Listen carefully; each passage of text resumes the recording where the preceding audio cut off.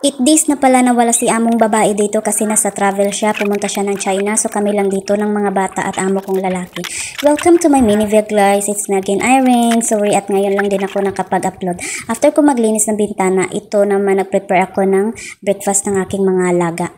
Bread lang, tsaka nilagyan ko lang ng peanut yung isa. At yung isa naman ay choco. Yan kasi yung favorite nila. Iba-iba sila ng favorite guys na ilalagay sa bread.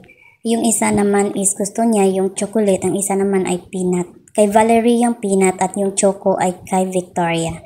So after ko mabigay sa kanila yung pagkain, ito na ako at naglilinis na ako dito sa cabinet ng mga sapatos. Kahit wala yung amo natin, hindi tayo hayahay guys. Kaya nga kurang yung nakatoka sa mga bata. Siyempre, sa umaga wala sila dito kasi nag-aaral sila. So nakapaglinis pa rin ako ng bahay. So, hindi tayo hayahay kasi kailangan din malinis ang bahay kasi nga may mga bata at uuwi din sila. So, ngayon ay nakatoka ako dito na maglinis ng cabinet. Isang taon mahigit na ako dito pero ngayon pa lang ko to malilinisan talaga ng bonggang-bongga. Yes. So, kasi ngayon lang din ako time dito. Kasi pag andito yung amo kong babae, may pinapagawa siyang iba. So, ito talaga hindi ko natutukan. Nilinisan ko pero hindi siya yung talagang bonggang-bonggang linis na nilabas ko lahat yung mga box dyan. Kasi yung iba dyan is luma na pero hindi ko kasi matapon-tapon, baka hanapin. So, yung ibang box dyan na walang laman, yun yung tinapon ko. At bahala na si ma'am kung yung hanapin na dyan na box. Pag wala na, sabihin ko na wala na, tinapon ko na kasi para magka-space. Kasi wala na talaga yung space, guys. Dyan din yung nakalagay yung dalawang sapatos ko. Tapos, hindi kasi pwede ilagay sa loob. Ayaw nila kasi nga may mga feng shui. Basta yun na yun. Yan ka naman, dyan ka naman, Chibi. Naglilinis ako, disturbo ka. Gusto din papansin eh. Pag nasa abroad ka talaga, ay nako, magagawa mo talaga ang lahat na hindi mo nagagawa sa Pinas. Kaya pag kayo nag-abroad, ay nako, mararanasan nyo talaga kung yung hirap, pagod na tinitiis namin para lang sa pamilya, para lang makapagpadala ng pera. Pero yung iba dyan, ay nako, yung mga partner sa Pinas, ay nako, bigay ng stress. Hindi alam kung gaano din kami ka-stress sa mga trabaho namin.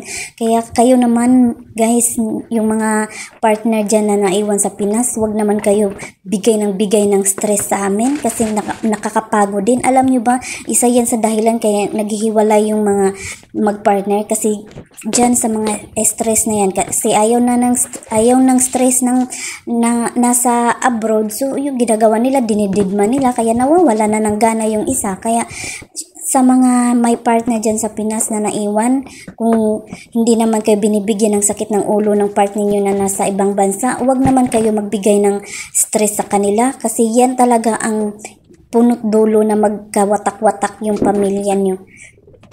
Kaya sana naman isipin nyo rin yung isa't isa ba, hindi yan lang isipin nyo yung sarili nyo na maglibang kung saan, barkada dito, barkada doon, pag may pera, alak dito, alak doon, diba? Kaya sobrang stress kasi yan.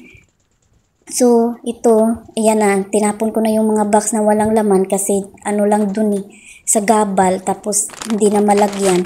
At pagkatapos doon, nilagyan ko na din tong pagkain ni Chiwi, bali snacks niya yan. So, guys, hanggang dito na lang muna. At salamat sa mga patuloy pa rin na sumuporta sa akin kahit wala na ako masyadong upload. So, nagpapasalamat pa rin ako kasi andyan pa rin kayo. So, hanggang dito na lang guys. See you to my next vlog. Bye-bye. Oh, I mean.